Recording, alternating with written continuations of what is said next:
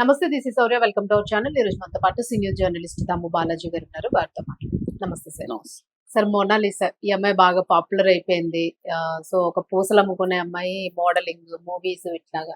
So అంటే career ఇప్పుడే అమ్మాయికి స్టార్ట్ అయింది. ఇలాంటి టైంలో నా అమ్మాయి పెళ్లి చేసుకున్నారు అని ఒక అబ్బాయితో ఇప్పుడు న్యూస్ వైరల్ అవుతుంది. దట్టు ముస్లిం అని ఒక కమ్యూనిటీ ఇది కూడా వస్తుంది. సో ఏంటి సార్, అంటే ఓవరాల్ గా ఏం జరిగింది? నిజంగానే అది మన పర్సనల్ పెళ్లిగానే అనుకోవచ్చా? లేదు ఈ కేరళ ఫైల్స్ ఇట్లాంటి ఇది కూడా వినిపిస్తుంది. మోనాలిసా భోస్లే అమ్మాయి పేరు. అమ్మాయికి ఇప్పుడు 18 ఏళ్ళు. సో ఆ అమ్మాయిది వచ్చి మహేశ్వర్, కర్గోన్ డిస్టిక్ అనమాట, మధ్యప్రదేశ్ లో ఉంటుంది. నేను కూడా ఒకసారి వెళ్ళాను. ఇది కంప్లీట్ గా ట్రైబల్ జిల్లా ఇది. ఇందులో వీళ్ళది బంజారా ఫ్యామిలీ. వీళ్ళ నాన్న జైసింగ్ భోస్లే. సో వీళ్ళు మామూలుగా వీళ్ళ ఫాదర్ కానీ వీళ్ళ ఫ్యామిలీ వృత్తి ఏంటంటే పూసలు అమ్ముకోవడం, ఫ్లవర్స్ గార్లాండ్స్ తయారు చేసుకోవడం, అట్లాగే ఈ రుద్రాక్షలు ఇవన్నీ చేయడం, ఈ బిజినెస్ లో ఉంటారు.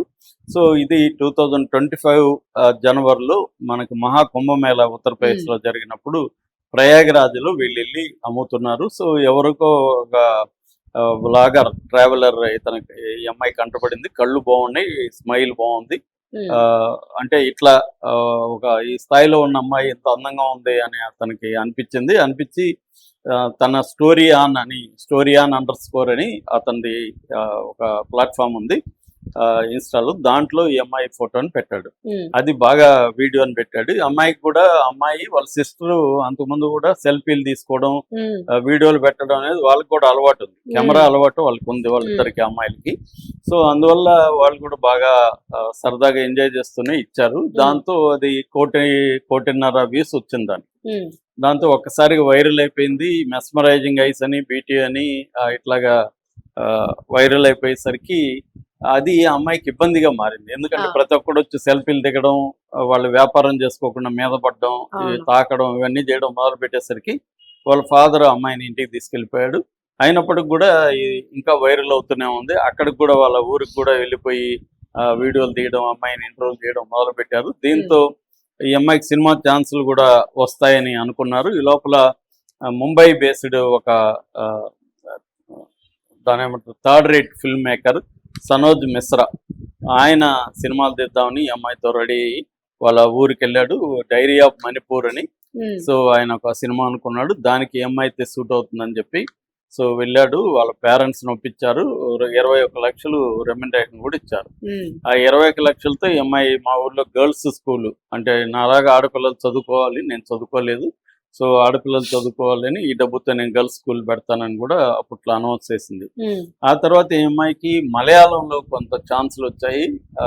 నాగమ్మ అనే ఒక సినిమా, కైలాస్ అని ఒక అబ్బాయి హీరోగా ఆ సినిమా షూటింగ్ మొదలైంది. మణిపూర్, ఈ డైరీ ఆఫ్ మణిపూర్ కూడా ట్రైలర్, టీజర్ కూడా రిలీజ్ అయినాయి. దీంతో అమ్మాయికి పాపులర్ అయింది. చాలా మంది షాపింగ్లకు పిలవడం, షాపింగ్ ఓపెనింగ్లకు పిలవడం, ముఖ్యంగా కేరళలో బాగా పాపులర్ అయింది. తర్వాత మోడల్ గా వచ్చాయి చాలా డైమండ్స్ ఇలాంటి ప్రోడక్ట్స్, మోడలింగ్ కూడా ఆఫర్ వచ్చింది. అలాగా అమ్మాయి కొంత చేంజ్ అయింది. ఈ మనోజ్ మిశ్రా కూడా కొంత అనుభవం ఉన్నాయి కాబట్టి ఆయన కొంత గైడెన్స్ ఇవ్వడం ఇది జరిగింది. సో ఆ తర్వాత ప్రజలు కూడా మర్చిపోయారు, ఎవరి పనులు వాళ్ళు పడ్డారు. ఇప్పుడు మళ్ళీ ఆ అమ్మాయి ఒకసారిగా వార్తల్లోకి వచ్చింది. నిన్న ఆ అమ్మాయి ఒక ముస్లిం అబ్బాయిని ప్రేమించి పెళ్లి చేసుకుంది. అది కూడా ఆ అబ్బాయిదేమో మహారాష్ట్ర, ఆ అమ్మాయిదేమో మధ్యప్రదేశ్. ఇద్దరు కలిసి కేరళలో పోయి పెళ్లి చేసుకున్నారు. కేరళలో పోలీస్ స్టేషన్ లో, తంపనూరు పోలీస్ స్టేషన్ అని, ఆ తంపనూరు పోలీస్ స్టేషన్ లో పోయి కంప్లైంట్ ఇచ్చింది అమ్మాయి. ఏమని ఇచ్చిందంటే, మాకు థ్రెట్ ఉంది, మా ప్రాణ భయం ఉంది మా ఇద్దరికి, ఎందుకంటే మా ఫాదర్ ఒప్పుకోవట్లేదు, ఇది ఇంటర్ ఫెయిత్ మ్యారేజ్, అంటే మతాంతర వివాహం కాబట్టి మా ఫాదర్ ఒప్పుకోవట్లేదు, అందుకని మా మీద దాడులు చేస్తారని భయంగా ఉంది, మీరు సెక్యూరిటీ ఇవ్వాలని తంపనూరు పోలీస్ స్టేషన్కి వెళ్ళింది. దాంతో ఒకసారిగా అది కేరళలో వైరల్ అయిపోయింది. వైరల్ అయిపోయి రాజకీయ నాయకులు రంగంలో దిగారు, మీడియా రంగంలో దిగింది. దాంతో ఈ అమ్మాయి కంప్లైంట్ ఇచ్చిన తర్వాత వాళ్ళు పోలీసులు వాళ్ళ పేరెంట్స్ని పిలిపిస్తే వాళ్ళు వాళ్ళ పాయింట్ ఆఫ్ వ్యూలో వాళ్ళు చెప్పారు, ముస్లింలను పెళ్లి చేసుకోవడం మాకు ఇష్టం లేదు, నేను చూసిన అతన్ని చేసుకోమంటున్నాను. ఈ అమ్మాయి ఆర్గ్యుమెంట్ అంటే, నేను మేజర్ అయినప్పుడు నా డిసిషన్ ప్రకారం జరగాలి తప్ప వాళ్ళు చెప్పిన తను నేను పెళ్లి చేసుకోలేను అని ఈ అమ్మాయి చెప్పింది. సో మొత్తంగా పోలీసులు కూడా ఆ అమ్మాయి పాయింట్ ఆఫ్ ని సమర్థించారు. కేరళలో కూడా ఇటువంటి ఒక సెక్యులర్ గవర్నమెంట్ ఉంది కాబట్టి అక్కడ వాళ్ళు కూడా సపోర్ట్ చేసి వాళ్ళ పేరెంట్స్కే కౌన్సిలింగ్ ఇచ్చారు. మీకు నచ్చకపోతే మీరు పార్టిసిపేట్ చేయకండి కానీ వాళ్ళని ప్రెజర్ చేయకండి అని చెప్పారు. సో నిన్న ఈ రాజకీయ నాయకుల సమక్షంలో అరుమనూర్ నైనా మహాదేవ టెంపుల్ అక్కడ హిందూ పద్ధతిలో పెళ్లి చేసుకున్నారు. ఈ అబ్బాయి పేరు వచ్చి ఫర్మాన్ ఖాన్, ఇతను మహారాష్ట్ర, బట్ తమిళ్లో యాక్టర్ ఇతను కూడా, తమిళ సినిమాల్లోను మోడలింగ్ లోను చేస్తున్నాడు ఈ అబ్బాయి కూడా. వీళ్ళిద్దరికి సోషల్ మీడియాలో 6 నెలలకు ముందు పరిచయం అయింది. సో అతను నిన్న కూడా మీడియాతో చెప్పాడు, మాకిద్దరికి పరిచయం 6 నెలలు అయినా 60 ఏళ్ళ పరిచయం లాగా ఉంది, మేమంతా క్లోజ్ అయ్యాము, పెళ్లి చేసుకుందాం అని డిసైడ్ అయ్యాము. అందుకని నేను ఆ అమ్మాయిని గౌరవించి ఆ అమ్మాయి పద్ధతిలోనే, హిందూ పద్ధతిలోనే పెళ్లి చేసుకుంటున్నాను. నేనేమి ఆ అమ్మాయిని ముస్లింగా కన్వర్ట్ కమ్మని కానీ ఫోర్స్ కానీ ఏమి చేయను. సో అమ్మాయి హిందూగానే ఉండొచ్చు, నేను ముస్లింగానే ఉంటాను. మేము పుట్టే బిడ్డలు ఎలా ఉండాలి ఏంటి అనేది మేము ఇద్దరం కలిసి డిసైడ్ చేసుకుంటాం అనేది చెప్పాడు. సో మామూలుగా కేరళలో కూడా దీనికి సంబంధించి ఎడ్యుకేషన్ మినిస్టర్ ఆయన శివకుట్టి, ఆయన పేరు వి శివకుట్టి, ఆయన అటెండ్ అయ్యాడు. అట్లాగే Kerala CPM state secretary Govindan attend అయ్యాడు. తర్వాత ఎంపీ రహీం ముస్లిం, ఆయన అటెండ్ అయ్యారు. సో చాలా మంది రాజకీయ నాయకులు అటెండ్ అయ్యారు, మీడియా పెద్దలు అటెండ్ అయ్యారు. సో కేరళలో ఏంటంటే ఆల్రెడీ కేరళ మీద కేరళ స్టోరీ 1 and 2 2 వచ్చాయి. కేరళలో ముస్లిం అబ్బాయిలు హిందూ అమ్మాయిలు పెళ్లిళ్ళు చేసుకుని ఐఎస్ఐకి అమ్మేస్తున్నారు, లేకపోతే వాళ్ళని బలవంతంగా మతాన్ని కన్వర్ట్ చేసుకుంటున్నారు. అంటే ఈ జిహాద్ అని, దీన్ని లవ్ జిహాద్ అని అంటారు. లవ్ జిహాద్ అంటే ముస్లిం అబ్బాయిలు ప్లాన్డ్ గా మాయ మాటలు చెప్పి కొన్నిసార్లు హిందూ పేర్లు పెట్టుకొని అమ్మాయిల్ని, హిందూ అమ్మాయిల్ని అమర్చి వాళ్ళ మాయ మాటలు చెప్పి లొంగి తీసుకొని పెళ్లి చేసుకొని కావాలని ప్రెగ్నెంట్ చేసి వదిలిపెట్టేయడము, లేకపోతే వాళ్ళని టార్చర్ చేయడము, లేకపోతే ఎక్కడ అమ్మేయడము, ఇలాంటివి చేస్తున్నారు అనేది కేరళ స్టోరీ 1 and 2 ఇవి తీసాయి.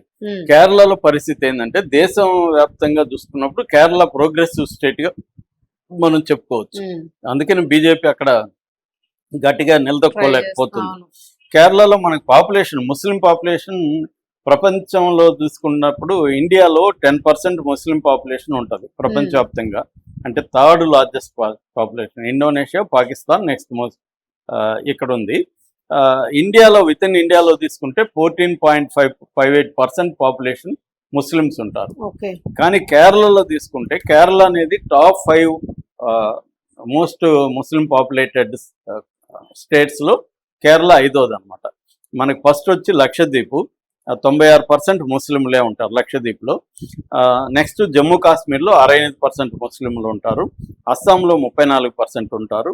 వెస్ట్ బెంగాల్లో 27% ఉంటారు. కేరళలో 26.5%. అంటే almost west Bengal, Kerala equal గా ముస్లిం పాపులేషన్ ఉంటుంది. అట్లాగే క్రిస్టియన్ పాపులేషన్ కూడా కేరళలో 18% ఉంటుంది. మామూలు దేశవ్యాప్తంగా 2% కూడా లేదు, కానీ కేరళలో క్రిస్టియన్ పాపులేషన్ 18%. హిందూ పాపులేషన్ కేరళలో తక్కువ ఉంటుంది, 55% హిందూ పాపులేషన్ ఉంది. అందువల్ల దేశవ్యాప్తంగా ఇంటర్ ఫెయిత్ మ్యారేజెస్ 2% కంటే ఎక్కువ లేవు. యాక్చువల్గా మీడియా ఇదంతా ప్రచారం చేస్తుంది, కానీ నిజానికి లెక్కలు చూసుకుంటే 98% సేమ్ రిలీజియన్ మ్యారేజ్లే తప్ప inter religious marriages, inter faith marriages అంటారు వాటిని. ఇంటర్ ఫెయిత్ మ్యారేజెస్ అనేవి ఇండియాలో 2% కంటే ఎక్కువ లేవు, కానీ కేరళలో 5 to 7% వరకు ఉన్నాయి.